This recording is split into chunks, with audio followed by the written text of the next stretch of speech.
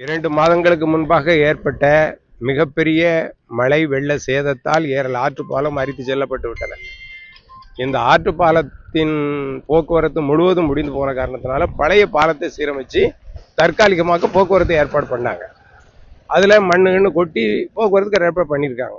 ஆனால் 2 மாதங்கள் ஆகியும் அந்த பாலமும் சரியாக பராமரிக்கப்படவில்லை. காரணம், பாலத்துல 2 பக்கமும் கைப்பிடிச்சவரோ எதுவுமே கிடையாது. அது ஒரு பாதுகாப்பற்ற நிலையில் உள்ள ஒரு பாலம்.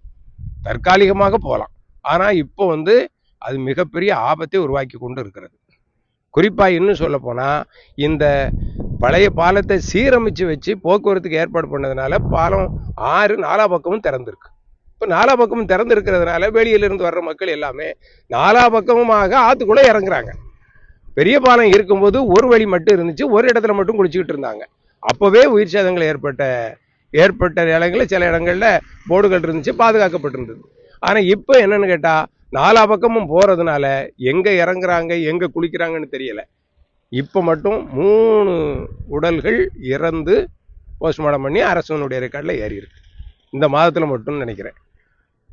அப்போ இப்படி உயிர் சேதங்கள் ஏற்படுது இந்த பாலம் இப்படி திறந்திருக்கிறதுனால. ஆகையினால உடனடியாக இந்த பெரிய பாலத்தை சரி பண்ணி பழைய பாலத்துல பாதுகாப்பு ஏற்பாடு பண்ணி வைத்தால் மட்டும்தான் உயிர் சேதங்களை தடுக்க முடியும்.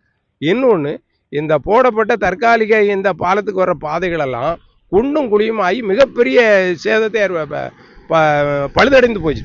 இதில் இருசக்கர வாகனத்தில் வர்றவங்க விழுறாங்க, 4 சக்கர வாகன தட்டுது, போக்குவரத்துக்கு ரொம்ப இடைஞ்சலாக இருக்குது. இது ஒரு மெயின் பாதை, ஏரல் குறும்பூர் திருநெல்வேலியை இணைக்கிற ஒரு மிகப்பெரிய ஒரு பாதை. ஆகையினால உடனடியாக அதிகாரிகள் இதன் மீது கவனம் செலுத்தி இந்த பிரச்சனையை தீர்த்து வைக்கணும்னு பொதுமக்கள் சார்பாக கேட்டுக்கொள்கிறேன். செய்திகளை உடனுக்குடனும் துல்லியமாகவும் தெரிந்து கொள்ள சப்ஸ்கிரைப் பண்ணுங்க.